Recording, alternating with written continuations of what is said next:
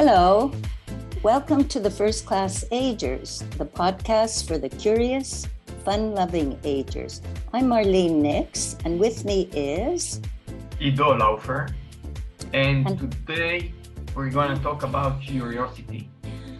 And I would like to start with a story that we had in the conversation that I had with Marlene not too long ago about preparing this podcast, this episode.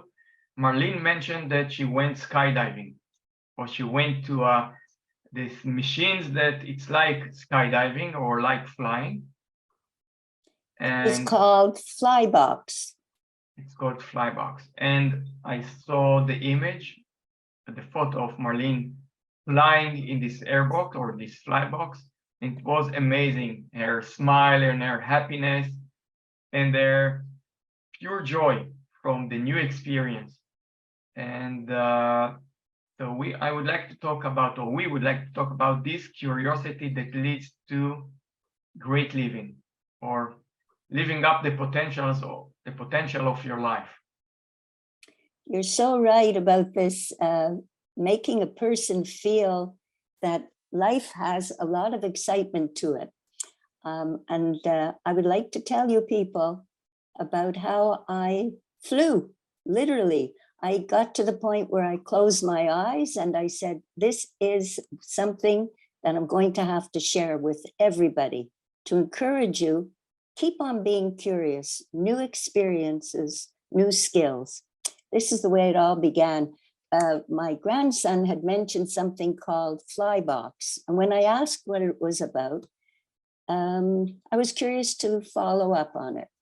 And so the entire family, the grandchildren, the grandparents, my son, my daughter, we went to this Flybox, and we were given instructions. We were wearing special outfits, and everyone was, I must say, the only word I can use is we were very excited, and we were all together as a family having a good time. When it was the youngsters' turns, of course, they went into it with great excitement and gusto and said, it's easy. I was thinking, well, how am I going to do this?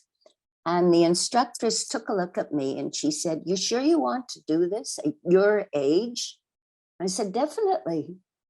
You're not hesitating? And I said, no, not at all. Let's start. Okay, in we went. And before I could even say, what are we going to do? I was doing it. I was flying. I've never experienced anything like this. I looked around me, the smiling faces that were encouraging me from the other side of the glass, and the excitement that I was feeling literally kept me flying high. We went from low, right up, high, and then we shot down, and then when we went right up again. And when I was experiencing this, I was so relaxed and so excited at the same time that I even closed my eyes and imagined I was a bird. My arms were spread out. My legs felt, where am I? I'm in the air. And I was feeling like a bird on top of the world. It was only after, when I was thinking about it, while we were hugging each other and laughing and talking about it, it remained the subject for a few, I would even say the rest of the day. It's a wonderful memory. And I'm so happy that today I can tell you, when you move forward in life, when you're curious about something, it gives you so much satisfaction, and new experiences help you to activate yourself and make you feel there's much more that I can be doing. I may be chronologically what's considered older in numbers, but I'm young in spirit, and that's what really counts. And Dido, when we talked about it, I heard your reaction, and I said, now, next, it's your turn with your family and share the same experience, and then we'll talk about it. Exactly. So now I have a mission to take my family to this fly box and do it all together. And tell me, when you before it starts, weren't you afraid even a bit about the Sure I experience? was. Sure. I admit that I had my doubts, but you know what made me really say, of course I'll do it. I looked at my grandson's face and I said, you bet I'm going to do it. I won't disappoint you. That was number one. And number two was I had to prove to myself, first try. The only way you know that you can do something is if you try. And that's what was important for me. And as I entered the box, my heart was pounding. I felt that my face was flushed, but I said to myself, just go, girl, go. And it's exactly how I felt. I felt like a little girl starting all over again. So wonderful, such a nice experience. And I will make sure, I think on this episode, I put your image as our cover, the cover for this episode. So everybody can see you fly. It's a great image. And it is, we really need to share it with our audience so they can experience at least some of what you've been up for. So it's amazing. I'll tell you something, Ido, the staff, the people who were very supportive, it was the instructress herself. She later said to me, you know, you're one of the first older people who's been here. And I myself now am interested to hear what your reaction was as an older person. And then we talked about this. And she said, of course, she felt responsible because this is part of the guarantee that you won't hurt yourself. But I think I give them a lot of credit too, because they were willing to let me do it. And they said, go ahead. True, true. Really amazing. And it comes to the drive for all of it. I think it's curiosity, and the drive is, I would say, to live better, to experience. 100%. It's so true, because if you have a positive experience and it makes you feel there's more to what I can discover, and that's what curiosity is about. You're inquisitive. You want to find out new things and new ways within yourself, whether it's physical, whether it's mental, to try and welcome each day, because each day is really a present. You're being given a present. Enjoy the present tense, but the present as a gift is what counts, because if you can welcome each day with enthusiasm, some days maybe less enthusiasm, but if there's something new, then like I say, go for it and try. Only by trying, then you feel I did it and you learn something new. And I really believe in stories.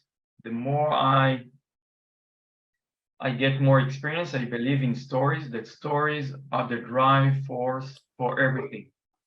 If you have a good story, the story will drive you forward. If you have a bad story, the story might drive you backwards. And the way we relate to stories is exactly, it's the most important thing that that drives us. And if you have a curiosity, so you go and try things, so you have new stories, you become a new person with new stories. You have everybody that is around you see you as a person who is experienced, who keep changing, who is interesting, who is worthwhile spending time with. And I think the stories that just you shared with us now, it's such an amazing story. It's such a happy story. It's such a drive force for people to experience and not to stay in the shade. So it's a very powerful story. And if I take the other side of it. So the other side of it is people who are not curious or are afraid to live to their potential and just sit in their homes or not try and too frightened of doing new things. So they don't have stories. So they're not as interesting and they're not as lively as people who have stories and have experiences. And it's so important to keep on living with experiences, new experiences every day, new curiosity, as you said, to start the day with the delightment of what am I going to overcome today? What are the new things I'm going to conquer today? It's like an explorer. You discover new things. If you're talking about stories, I have another one for you because I know you like stories. I went to visit a 98-year-old friend to celebrate her birthday. And she's an amazing woman. If you're talking about stories, you're never bored in her company. And needless to say, of course, physically, she's 98. So she has a collection of stories. She has her collection, which she doesn't really dwell on about what hurts her, because that's boring. She has interesting stories. And while we were talking and celebrating, she was listening to me describing my enthusiasm about being exposed to something new for me that same day. And it was the technological world, the idea about GPT. I didn't know very much about it. In fact, I literally knew nothing. And I saw she was listening. And she said, tell me more. I said, well, I know that you have to search on Google and find out more. Well, we celebrated the birthday. She didn't say anything more about what we were talking about GPT. She went on with all the other interesting stories. And then, this is the point. She went home. She sat up quite late at night and she discovered GPT by herself. 98 years old, she's a computer whiz. She couldn't contain her excitement because we're very good friends. She didn't wait. She called me and in a very excited voice said, I sent you a copy of my chat, my very first chat with GPT. At 98 years old, 11:30 at night, was so enthused. Here you go, another example. Why? Because she was curious. I think this is the gift that we need to cultivate. We are born with it, but we need to cultivate it in order not to lose it and keep being curious and doing different things and learn new stuff. And I think that I hope it relates, the story I'm about to say, I hope it relates well to what we're talking about. In martial arts, it is very easy to cave into one martial art and say that this is the best martial art, this is the only thing you need to do, and it will give you everything that you need to know about martial arts. And there is so much to explore in each martial art that there is no need to try another one. So first of all, it is true there's so much to explore in each and every martial art for a lifetime. This is true. But if you try another martial art, you have something to compare with. And you, after a certain age or after a certain time that you practice in one martial art, so you are too familiarized with it and you know enough in order to not be a student anymore. You say, I'm already doing it for a long time, and then your curiosity disappears a little bit because you think you know a lot of things and you can teach and you don't really need to learn. And then when from my dojo, from my club, my Aikido club, I moved for a certain time to another club, and the sensei over there, the professor, they're asking, why are you switching groups? And I told them I need, in the other group, I'm already too well known and I teach too much, and I want to be a student. I want to be a student again and see what you can teach me. So I think we should always go from one place to the other. And I think that my next martial art will be something completely different than the things that I've done. And it's the Brazilian martial art, and I forgot the name. I will tell you in a minute. But this is the new thing that I want to do. I want to practice, and the whole body functions there completely different than what I know. So I need to be a student again. Capoeira, sorry. Capoeira. I need to do capoeira, Brazilian capoeira, to move my body in a completely different form. You know, Ido, that's like the idea of refreshing yourself. It's very true. I want to compare this to how I met you. I knew how to fall if I had skis on because I had done it and I'd practiced it and I felt comfortable with it. And then when I heard and saw the information describing learning how to fall, and the whole idea of falling connected with aging, because let's say a few years had really passed by since I've been on skis and had fallen in the snow. And that's why I said, I need a refresher course. I need to renew what I really thought I knew all about, but it was so different. And I remember speaking to you and saying, wonder what you're going to say, falling? What are you going to teach me?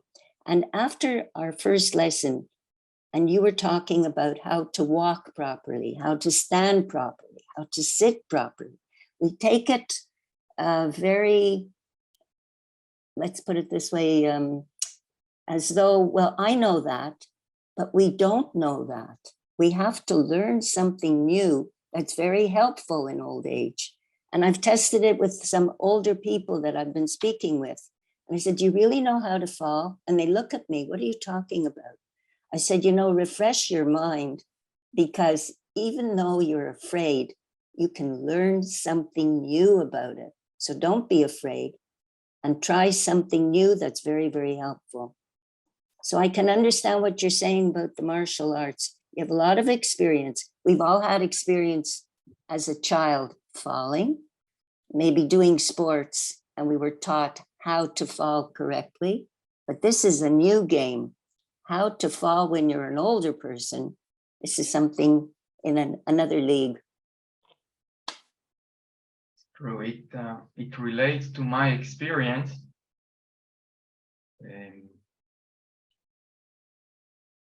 In Tai Chi, there's a certain stand that you do. There's a certain posture with a relaxed body, with a straight back that relieves pain. And the same posture, which is a steady posture, I've been using it in Aikido and in boxing, and everything that I do, I use it. And then I had some neck aches, and I went to Gila Ziv, an amazing, amazing teacher for the Alexander technique. She has such a way of looking at you and spotting exactly the right location that you're doing it wrong. Only with one view, she looks at you once and immediately she knows what's going on. And I came to her after some more than 20 years of practicing my posture and my stance and everything in order for it to be stable and relaxed. And then in one lesson, she told me, this is what you're doing wrong. And then at first, of course, I was upset. I said, what? She's telling me. How dare she tell you? I've been practicing so much. At first, of course, I felt resistant. And then I calmed myself. I said, I came exactly for this reason. I came exactly for somebody to tell me what I'm doing wrong in order to get rid of my neck ache. And then she told me about relaxation, and all I teach is how to be relaxed. And then again, I felt I felt a bit upset, and I felt some. I started to reject or to oppose her till I got myself together again. And it came to me. There's a story I talk about is that when I came to Tai Chi, I was taught how to relax my body. And then when I came to Aikido, after about 15 years of Tai Chi, and they told me to relax my body. And I said, I know how to relax my body. And I discovered that when they're talking about relaxation, it's a completely different relaxation. And then when I went to boxing and started boxing, my teacher, who is Yaakov Shmuel, used to be the Israel #1 boxer, and he also participated in the South Korea Olympics. And he told me, you need to relax your body. I said that another time I already know to relax. I know how to relax my body, and discovered that it's completely different relaxation. And then I came to Gil Aziv. Again, it wasn't the right relaxation. So only by learning from different teachers do I know to exercise relaxation, but each time in a different manner.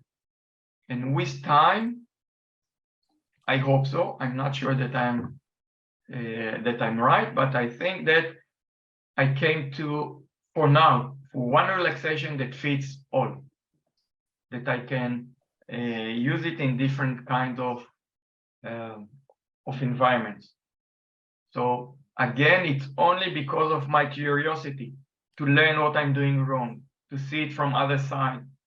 This is how I came to be more knowledgeable about relaxation, and this is what I use in my classes.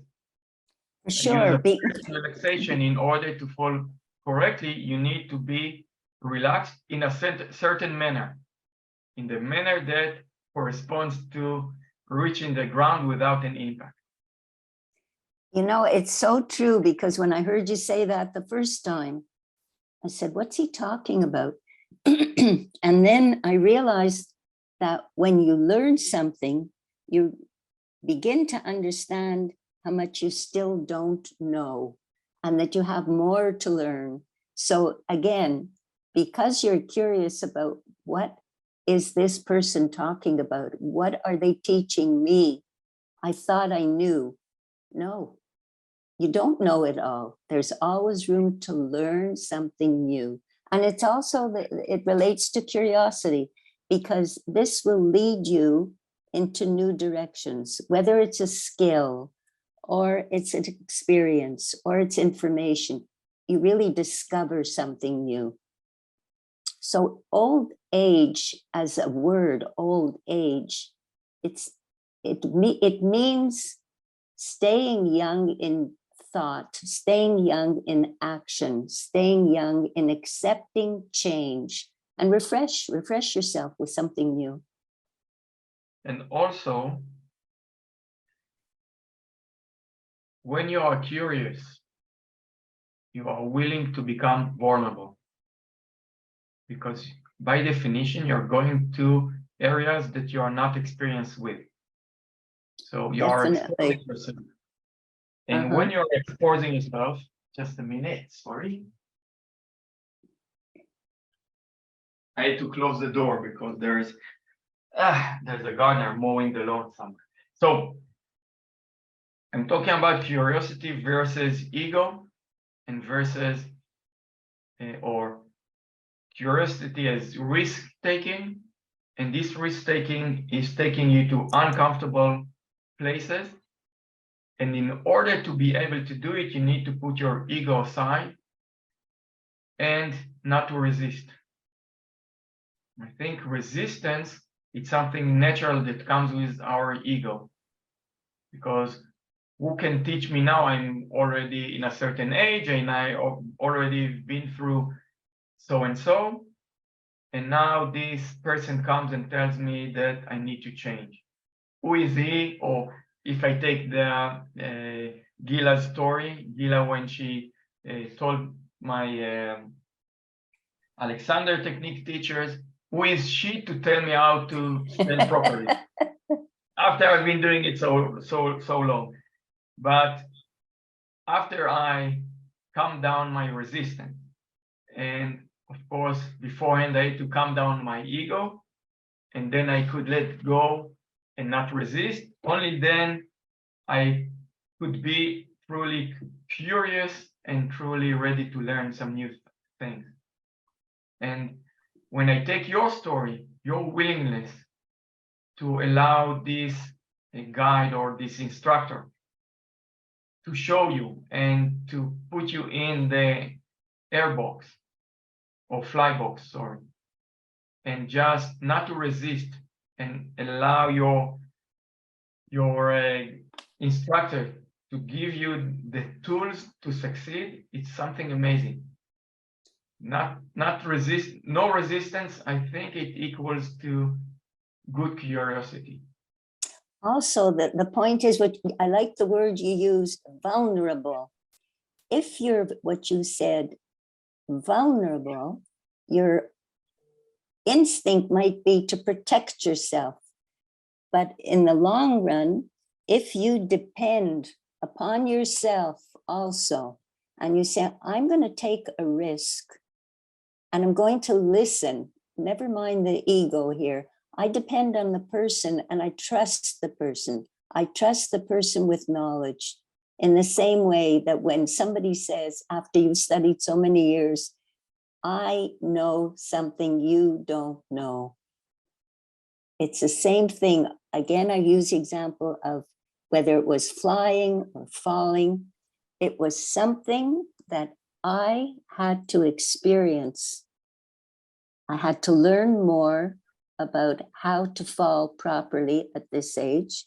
I had to, because I was vulnerable, to trust this guide and know that she has the experience and she knows that if I am in this fly box, I can do it. So the same way that you let go of your ego and you say, okay, I'm ready to learn. Never mind my resistance, I say to myself, just do it. If it means listening, you listen. If it means trying, you try. But you have to fight that resistance and say, I've overcome it. And this is what happens again, in any way, if you're curious about something, then you want to learn. And if you really want to learn, you have to invest yourself. You have to do it. And also about, I think we're going a little bit aside from curiosity and about how to learn properly and to get into the state of mind of a student. It's a tough job to get in. Because we think we know so much, and just to be curious and open our ears and eyes and our heart to a new experience and to give our confidence, to give it to somebody else, that we have our confidence in her or him to take us from one place to the other and give us another capabilities or another way of thinking, another angle of our life.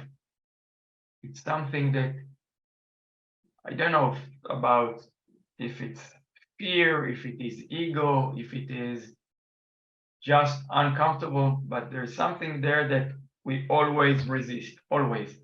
And it's also, I think, a matter of practicing not to resist. Come to the position of non-resistance. If you want to look at it, maybe you could think of a picture, you reframe, you change So you put it in a new frame of mind, or a physical change. And by reframing it, you've changed how you feel. And that's what happens. So if you're curious, any example that you give, or any story you've heard, people try, and if they try, then there's a different result. If they don't try, they give up, well, it's a problem. Then they resist, and they feel uncomfortable. It's, I think that there is a mechanism that I can see it in my own family with my father-in-law, that within one fall, he broke his vertebra and became a person who needs a 24/7 care to help him do everything. And it happened a few years ago. And in one fall, in one occasion, in a split of a second, his whole life changed from an independent person who everybody relied on to a person who needs somebody to take care of him and needs to rely on other people. And then, if I understand correctly, his resistance comes from his resistance for changes. He really resists many changes that, had he took these changes, his life would have been much better. But his resistance is because he currently has so few things to rely on, that he doesn't want to lose even one bit of what he already has. And this fear of losing already the assets that are very diluted from what he used to have, so to risk these assets and try new things, I think this is what keeps him behind. You see, this is what also I think you can relate it to what we were talking about, curiosity too. Change happens when the person is ready for it, because he either has no choice and he says, I will do something about it. That's the positive side. Or he says, I lost all my desire to change my situation, and he resists it to the point where for him, change is so difficult that he doesn't even try, and he gives up. So it's an imbalance, really. And then if you really want to think about it, it'll lead to another subject called motivation. What motivates us? And that in itself could be another topic that would interest, I know, myself, it would interest you, it would interest other people listening, because whatever motivates us is like the starter of getting the will and the power to get things moving. It's true. I think motivation, maybe it's something that I keep studying, and something that is very interests me in order to motivate other people to get out of their shell and take control of their freedom, in order to learn how to fall and how not to fall, and then take control of their own freedom and not to resist. And this motivation is something that I'm still studying. I think I have a lot of time to study, till I get results, or better results. So it's a very big topic that I think we'll leave it for the next time, about motivation. Yes. They gave us the idea for the next episode. It would be motivation. And so with that, what you're saying, Ido, is it's a continuing process. like you said, I'm still continuing to think about motivation, about change. And I think it's maybe when we're talking about curiosity, so curiosity is the motivation. If you have curiosity, you're motivated to do things. It's the link. Yeah. Yeah. Look, we're all on in mode now. If we talk about links, just link up. So with this, I think we've completed our subject for today. It's been great fun looking from different angles of how we tell a story about what we've experienced and what we're looking forward to talking about in our next podcast, which stories are related to either experiences we had that we were because we were motivated or because we lacked motivation. We could look at it from both sides. So it's been really lovely speaking again and looking forward to our next podcast. So we'll say bye for now. Thank you for listening. The podcast, the First Class Agers, the podcast for the curious, fun-loving agers. Today we talked about curiosity. Please give us thumbs up, share with friends, subscribe to our podcast, and we'll see you in the next episode. Thank you so much. Thank you very much, Marlene, for your enlightenment. And I thank you. Bye for now. Bye.